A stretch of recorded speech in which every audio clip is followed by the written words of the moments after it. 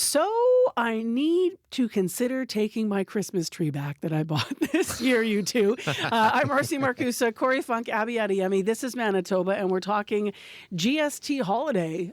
It starts like mid-December. And of all the years, I wouldn't have had to pay GST on a Christmas tree. I haven't bought a Christmas tree in like literally 20 years or something. And this year I bought a tree. Now they have to have like a no takesy backsies tag on there. I know, right? Yeah. Well, what are retailers going to do? We're going to look at that in the podcast today. But how's it going to affect you? You know what? We have a family gathering on December 13th, the day before I think this kicks in. So it's like I just got to buy all these gifts before the tax kicks in for all my nieces and nephews. Why don't you just give people cards that say, I'm going to get you this toy, but I'm buying it next week because I won't have to pay GST on it. Yeah, I'm sure that the 5-year-old would really appreciate that. That might be what Uncle Abby's going to do. You have nieces and nephews. I will definitely score in some great savings because my 2 nephews will be expecting something for Christmas. The one of them actually has a double because his birthday is before Christmas, and it's always costing me a lot. I have to get him a birthday gift and then a Christmas gift. Oh, you're going to save some coin then. So I'm going to be saving for sure. I think you should just. Why do you not celebrate later in December? It's just we got family coming in from like all over, from like Ontario, Alberta, and just makes the most sense for everyone to come in like mid-December. We have it every year. Got it. All right. Well, we are talking about meals, but there's more to this, and we're going to explore it today on the podcast. Tax holidays, folks. GST exempt restaurant meals, dine-in, takeout, delivery, but also beer, wine, cider, if it's below 7%. We're all going to be looking at the bottles for what we're buying now. Children's clothing and footwear, toys. There's a big list here, but it all begins December 14th. You going to delay your shopping? What are you going to do with that? It is going to impact businesses in a different way. We've been looking at this through a consumer lens, but on the podcast, we're going to hear from Shaun Jeffrey, who's the executive director of the Manitoba Restaurant and Food Services Association, because he says there are big hopes for restaurant owners in this province about the GST holiday and the impact it's going to have.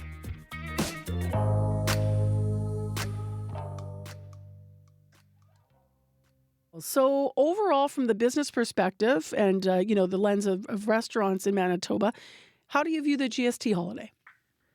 Well, it's a win. It's definitely a win, something that, definitely going to benefit going into our busiest time of the year, one of the busiest times of the year being holiday season.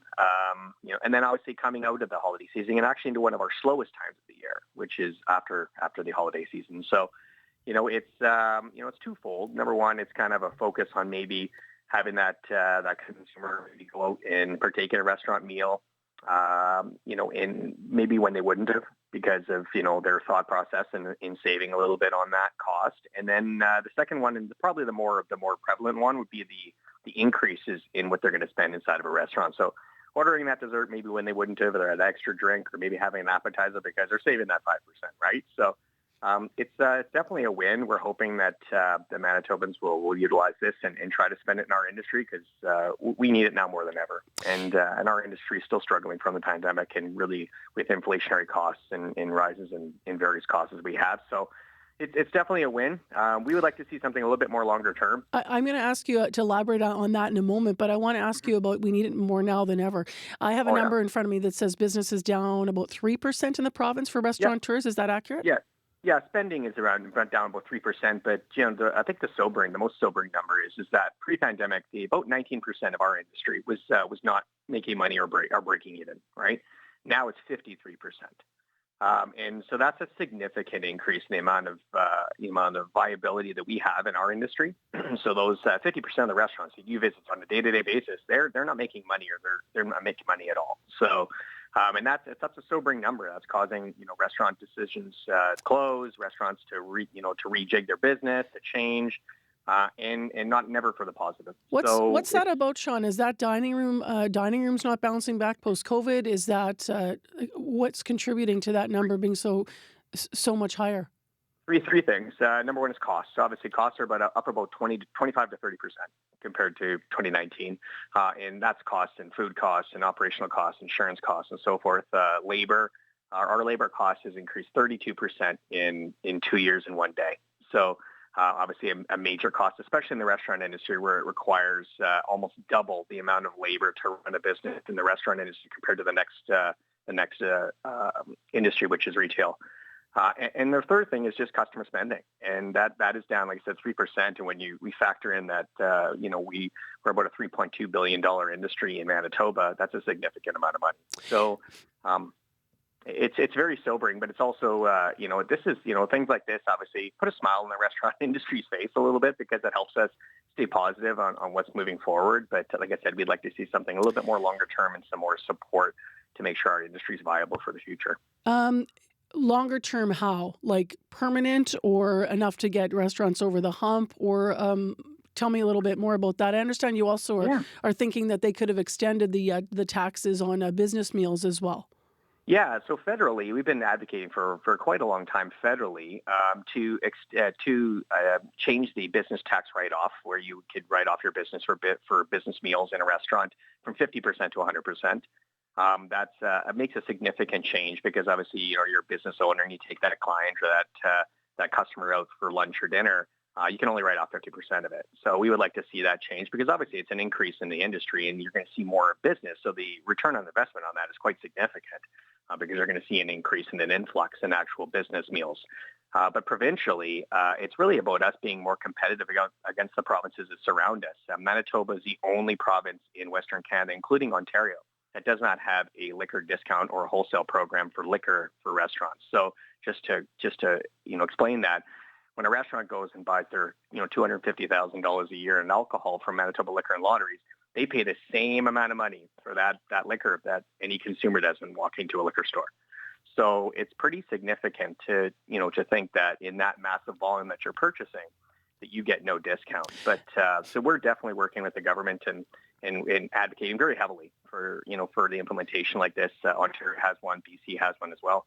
And it would definitely provide long-term support in making our industry viable. Let me ask you this. We're talking about, what your hopes might have been beyond this, the current state of things, obviously where this will be received as good news, this GST tax holiday. But what will be the challenges for restaurants to make this happen? I mean, December 14th is only 2 weeks away.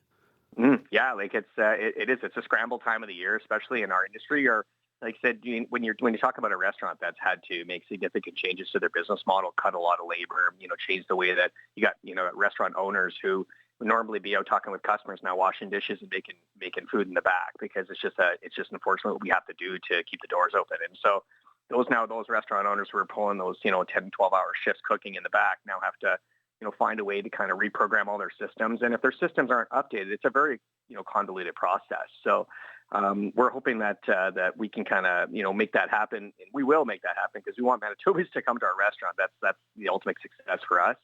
But it can be a very convoluted process, and then it also is making sure that we're taking into consideration that what this is going to look like from a different change in our business. Is this going to cut down business going into the tax holiday and then spike that business, especially during the holiday season when we're already very busy? Yeah, it's tough to be able to kind of gauge that. So are we adding more staff, and obviously the more cost to make sure we compensate for that?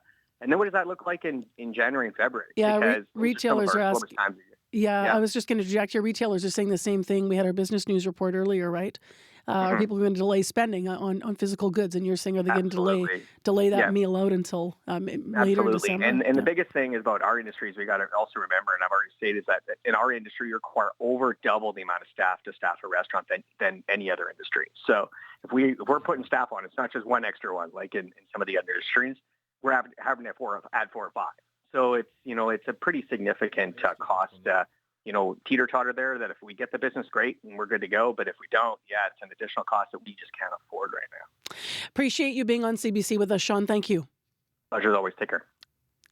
So that's, some of the industry point of view on this, but a lot of people have been writing to CBC and sharing what their thoughts are. So people engage with us, Corey, on my Facebook page, RC Marcusa, and we invite that. And I know that at least somebody was saying that they're excited about saving some money if they go to eat. Yeah, Rhiannon Frost, she was hoping for delivery meals to be covered, so I'm sure she'll be hitting up. So I guess when she gets food that comes into her, exactly, she'll save the money. Yeah, exactly. But there are some folks who aren't so stoked. Dorothy Dobby calls it silly and performative, like the gas tax. Dobie, I just got it corrected. I've lived in this province so long, I actually know You just know some. the Dobies. I know Okay. some of the listeners. I gotta stop reading so much Harry Potter. Alfred Lesko, get rid of it altogether and dump the ridiculous carbon tax, is what he said. Both are needless taxes. What better way to get the economy rolling again? What is a better way? So that's what he wants to know. Also, like we were kind of talking about before, Mikinak Ikwe says maybe it would have been nice to have it started a bit earlier, like December 1st, not 10 days or so before Christmas. I'm guessing most people had their shopping done before the date they mentioned. It's interesting. So, like, obviously, this is sort of a mixed bag. But whatever you're thinking about it, from your point of view as a business owner, or whether you're a consumer, and what do you think of the date? There's so many different aspects to explore here.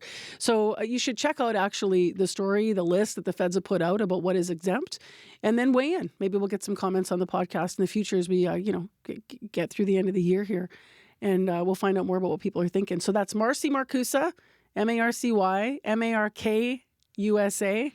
And that's my page. Let's talk about something else here, because the other thing that we've been really busy with in Manitoba is learning more about students and international students. And that is because at Red River College Polytech, CBC's really been on site there and talking to students. You were out at the college campus. Yeah, I was there, and we were kind of focused more on the international student experience. At Notre Dame. Yes, at the Notre Dame campus, with all those changes coming from the federal government to start limiting even more so the amount of international students and permanent residents coming in. So what does that mean for them, for their plans? And I was chatting with folks, and they were saying, when you come here to Canada, what a lot of them were saying is you kind of need a plan A, a plan B, a plan C. And this just kind of makes all those plans more up in the air, right? There's a lot of more uncertainty about which one of those plans are going to need to have ready to go. So that's the biggest thing that kind of stuck with me yesterday as I was chatting with students. And I think it's because there's not, as we're about to hear in the podcast, there's not a lot of answers and specifics. That's right. About what the feds are doing with this. So what Corey's referring to is the international student study permits in this country. And what he's also talking about there is that some students are feeling a lot of anxiety about it, a lot of stress. So CBC's Jim Agapito actually dug into this, and we're about to hear from some students from RRC Polytech about what all these changes they think, at least, are going to mean to them. Hi, Jim. Hi, Marcy. So what have you been hearing from the students? Well, the federal government's new immigration changes are causing international students to panic and be uncertain. 38-year-old Sunny's son moved from Beijing to Winnipeg 3 months ago, and she's nervous about what her future looks like. I read the news, the Trudeau government, he declared that it will take 1.5 million people, over 3 years. But when I come here, the October, it changes. And we feel frustrated because when I consult with my immigration agent, I call the IRCC, and they cannot give me the clear, instruction. So I don't know what I should do. Make me transfer my program to another program I don't like. But I have to, because maybe it's on the long-term shortage list. I can get the work permit after graduation. Makes most people feel not good. And because the new rules aren't clear, it's creating more panic for international students. Sunny, who we heard from there, what is Sunny studying now? Well, she's in pharmaceutical and food manufacturing, and her course is 2 years in length. She was originally studying dental assisting, but switched because that program was only 1 year long. And she really loved that program, Marcy, but she really was thinking about her family's future. What do you mean by that? How so? Well, Sunny says this new field will give her a better chance of getting a job in Canada, which means that it'll be a better life for her son who could potentially come here. But that story I'm hearing is also what I'm hearing from other international students. Let's elaborate on that. Who else did you meet? Well, I met Enrique Serrata, and he has a similar story. He came to Canada from Venezuela with his family last year. He's studying business administration and majoring in logistics and supply chain at RRC. It has changed a lot. My wife, she's working right now. For the moment, you work 6 months and then you can apply as, it was for federal workers, but that changed right now. So that's not an option anymore. Right now, we're thinking, okay, you can apply after you get graduated, and if you find a job in a related area, we're hoping that. If not, we're starting to think about other options that were never an option, like going to the U.S. to apply for the U.S. because I know my degree here will be, valid in the U.S. as well. Now, in the past, Marcy, spouses of international students were allowed to work if their partner was in school full-time. Ottawa, though, has put a new limit on those permits. Let's remind people of some of these changes, Jim. Well, this year, the federal government issued 485,000 international study permits, but that number will be reduced to 437,000 in 2025 and 2026, which is 10% less. The federal immigration minister, Mark Miller, said these changes yield approximately 300,000 fewer study permits over the next 3 years. And what has RRC, Red River College, Polytech, been hearing about all this from students? Well, Marcy, I spoke to RRC Polytech Students Association President Angela Grace Flores. Now, she's also an international student and understands how the student feels. The new rules have students worrying that, well, their study permits might be taken away, but she wanted to remind them that's not the case. Personally, I've been hearing a lot of fear of, again, getting their study permit taken away. From my understanding, for all current students, they would not be affected by the recent changes. Those new policy or amendment from IRCC would only take effect starting November 1st moving forward for only the new study permit applicants. So again, just to give everyone that sense of safety. But despite that reassurance, Angela says one issue really worries international students. One confusion that we still haven't had answers on would be students applying for study permit extension. Because most of the changes that they published recently, none of those would account for study permit extension applicants. Those that are here already that needs extension for their studies for whatever particular reason they may have. We keep on trying to reach the provincial and the federal level on. From what I heard, it's getting more difficult for them to picture themselves applying for postgraduate work permit because initially they have this vision of themselves just applying for study permit, getting approved, graduating, and then securing a postgraduate work permit. But with all the changes and the additional requirements for them, it's getting a bit heavier for them, to say the least. Well, Mark Miller, when he was in Winnipeg, didn't share much with us here at Infrared about this. I know you reached out. What does the federal government say about all of these immigration changes? Yeah, Marcy, they said these changes are necessary to help them address the pressures of housing, healthcare, and other services. By introducing a cap on international student study permits and updating the graduate work program permit program, it better aligns Canada's goals with immigration and labor market needs. Now, they said also by limiting the work permit eligibility, Canada can manage the number of international students in a sustainable manner. But the feds also wanted to remind international students that studying at a Canadian institution provides them a temporary status in Canada, not a permanent one. I'm just curious, Jim, are any students that you spoke with second-guessing their decision to study here, given everything you've brought us this morning? Well, remember Sunny, who we heard at the beginning of the story? She worries that these changes will affect her ability to become a permanent resident in Canada, which is ultimately her reason for coming here. And most of all, Marcy, she worries about the changing attitudes Canadians have towards immigrants. Here's what she had to say. It makes me desperate because I cannot fall asleep. Even, it changed my life and changing my plan. So if I know the government do things like this, I would not come. All of this is really interesting also in the context of yesterday's story that we had, which was this, they looked across Canada, one specific survey and study, and they were finding that 1 in 5 immigrants that come to the country are leaving the country. And there were reasons for that, and top of the list was housing, and then healthcare was there as well. So thank you very much, Jim, for bringing in the story of the students. You're welcome, Marcy.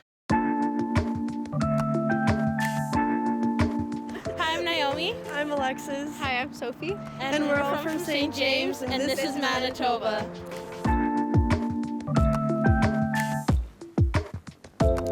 Well, if you are new to getting to know our team on This is Manitoba, then what you don't know is that that man over there, Abby Adeyemi, is... I think we like nature, Corey, but Corey, he likes it more than everybody. Yeah, I think that's fair to say. I think for a full month on CBC, you would play in my headphones like sounds of birds for a while. I don't know why you always have them on hand. I just, as a nature lover, I love nature, and it just makes me happy knowing that there's a space out there that all this beautiful piece lives. And The other side of me is, yeah, these things are there and we don't want encroachment. So we need it to be preserved so I can bring more of the sounds. Because if it's not there, if it's not protected, I can't bring you those sounds. Sounds and images. And You're images out and most photos weekends, and yeah. videos. It's, I just, send me to nature. I just want to live there. He's a prairie explorer, that guy, for sure. Corey and I have one part of the province under our belt at least, because I have to say, I feel still, and I've said this before, but I really feel like in our province that there's the gem part of our province. I know there's lots of them, so I'm not trying to start an arm wrestle over what's the nicest. But when you go around the Rolling Hill part of the province in Westman, and you and I were there this summer to cover what's going on with Clear Lake, summer 2024, right? Lots of issues. Driving through that whole Riding Mountain, Nipawa, like where you really start to see real hills, it's gorgeous. I lose my mind every time people are like, Manitoba is so flat. But then you go to Western Manitoba and you just realize how lovely it is there. There's such lovely rolling hills, and the vibes are just like very, very rugged and beautiful. We got to blend these two sentiments, though, about how beautiful it is, but also the need to protect all of that. Because around Nipawa now, there's a parcel of land that was owned privately, and it's about to be preserved because, well, as you're about to hear in the podcast, the family has, said, Nature Conservancy of Canada, take it over. They have announced now this new parcel of land that's going to be protected in the province around Nipawa, as I said. So the Langford Escarpment Conservation Project, that's what it's called. It protects now 178 hectares of land. It's just outside Nipawa. And this was a really big deal when it was announced. Josh Dillabow is with Nature Conservancy of Canada, and he's going to explain it all to us. Tell me a little bit about this land and what it's like, the piece of land. Yeah, so whenever we think about this piece of land, it's 70 or 178 acres or hectares. Sorry, I'm still stuck in my old acres, but it's 3/4 sections, kind of 2 across the top and 1 across the middle. And if you held up your hand and put the number 4 straight up and put it on a 45 angle to the sideway, these fingers would represent the sprays of ephemeral stream that run through it. And then the spaces in between would be these native prairies that are so rare. It sounds beautiful. So, yeah, it's a very interesting spot within Manitoba along the escarpment. So you do get that elevation. So you're kind of up high. And as you go east to west or west to east on the property, you kind of go from higher elevation to lower elevation. And, there's a whole suite of species out there. It's beautiful. A suite of species of what? Well, we have, all the large mammals out there. So we have elk, moose, deer. There's wolves that have been known to be on the property, bears, a whole bunch of other little critters out there too. We have rare ones like the name says common nighthawk, but they're not as common as they once was. We have eastern wood peewees and golden-winged warblers that use these braes of rivers with the trees along the edge as travel corridors. So we find them there traveling through in the springtime. Out on these grassland expanses. Sorry. No, not at all. There's, they're home to these sharp tails that love to dance in the springtime and chuckle as they fly away. So I was just going to say I have to Google the peewee that you mentioned. I've never heard that before. Yeah, they're a neat little forest songbird, and they're the name describes them very well because that's their call. So let's talk about where this came from, because this beautiful land we're describing and all these species, it has some interesting history. So the property was owned by a family for more than a century. The family has now donated 1/4 of this land to the conservation project that we're talking about. How did that come about? Yeah, so we do projects in a number of different ways. This one, the property was actually for sale via real estate. And we actually just reached out to the realtor to see if there would be any interest in the family securing the long-term vision of the, historic grazing on the property, and if, they would be willing to donate it. And, we're very lucky that lucky and humbled that the Harpers chose Nature Conservancy Canada, out of all the potential buyers, and we're willing to donate that back. It just shows their commitment to the native prairie and the grassland that's so rare on this property. I'm watching the photos go by, the images of the land. You described it beautifully, but if people are on YouTube, they're getting a real treat while we're talking today. Tell me a little bit about why this particular prairie grassland needs protecting. What was the concern there? What is the concern? So, the prairie grasslands, they're the least protected, most endangered terrestrial ecosystem on the planet. It's even more rare than the Amazon rainforest. And across the prairies, we've lost 80% of that. And we're working very hard to protect that last 20% that we have. And we've actually, at Nature Conservancy Canada, launched our Prairie Grasslands Action Plan, where our goal is by 2030, we have protected 500,000 hectares of land of these native grasslands. And that equals out to be about 6 times the size of Calgary. What is the actual protected plan? Like, what does it look like? Do you stick signs up? Do you just own it forever? Nobody can develop here? Like, how do you protect it? Yeah, so these native grasslands, they're a disturbance-based ecosystem.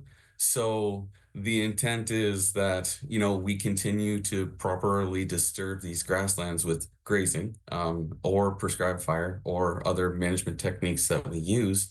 And yeah, our number one threat to our loss of grasslands is conversion. So we do, like you said, we do put up signs to advertise that these properties are protected in the future by Nature Conservancy Canada. And then, we do all the hard work in the summertime to look at the species that we have out there, that species composition, and how can we best manage that? Is it timed by certain rotation of grazing? Could it benefit from a prescribed fire? Are there other techniques? Do we need to worry about invasive species or not?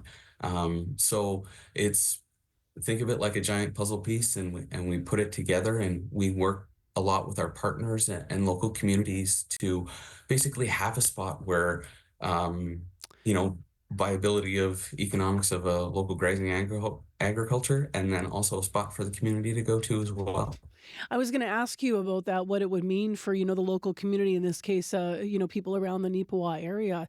Because if this was private land before, they wouldn't have been able to access it. So there's a benefit there, right? Like, can they access it right now, or is that in the future plans? A lot of Nature Conservancy lands in Manitoba, they are open for people to come and walk on and visit. However, we do ask that people do give us a shout. We do, like I said, we talked about the management a little bit, and we just like to make sure that there's no issues. If I've got a contractor out there doing some mulching or mowing or something like that, we do want to inform people to let them know. And also, it helps drive the experience. So if they're looking for something specific, or if they want to know what's a good time to access to see a certain bird, a certain animal, something like that, we try and point them in the right direction. Fantastic. What a lovely way to start a Friday show. I know we're expecting snow on the weekend, so I feel like we're basking in the last days of enjoying the greenery that we're showing here on this land. Corey Funk and I were just in that part of Manitoba this summer for, doing some work around what was happening with Clear Lake. So, and just a reminder of how beautiful it is, right? It's really, if people haven't been to that part of Manitoba, the way that the hills roll and the way that everything is so lush, and you mentioned all those species. So very cool. Josh, thank you. Nice to see you. Nice to see you too, Marcy. Thank you. Marcy, it doesn't smell like nature? This studio right now, because you decided to put in a bunch of dry shampoo out of nowhere. Stop it! You can't out me on the podcast. We have a scent policy at CBC. Yeah, and you clearly are not following it very well. It was an accident. I got a bit of a headache. I moved the thing and it sprayed a bit. Well, Did he just do that? He just did that. He just did that, but I can counteract that because imagine the smell of turkey in an air fryer. Nice try. Yeah. I'm still mad at him, but and all of that. But you are air frying a turkey this weekend? That is what's going to be happening. Lots of air frying. I don't know. I'm still deciding if I'm literally going to return the tree this weekend. It's only $5 I think I get back, but $5 is $5. I can still taste the dry shampoo, so it doesn't really help. Stop it. Can you turn his mic off, please? We hope you don't turn us off, though. In fact, we hope you follow. We hope you share. We hope you get to know us better. So look us up wherever you get your favorite podcasts. Like and share. This is Manitoba. Corey, outing me. I'm probably going to get totally in trouble now.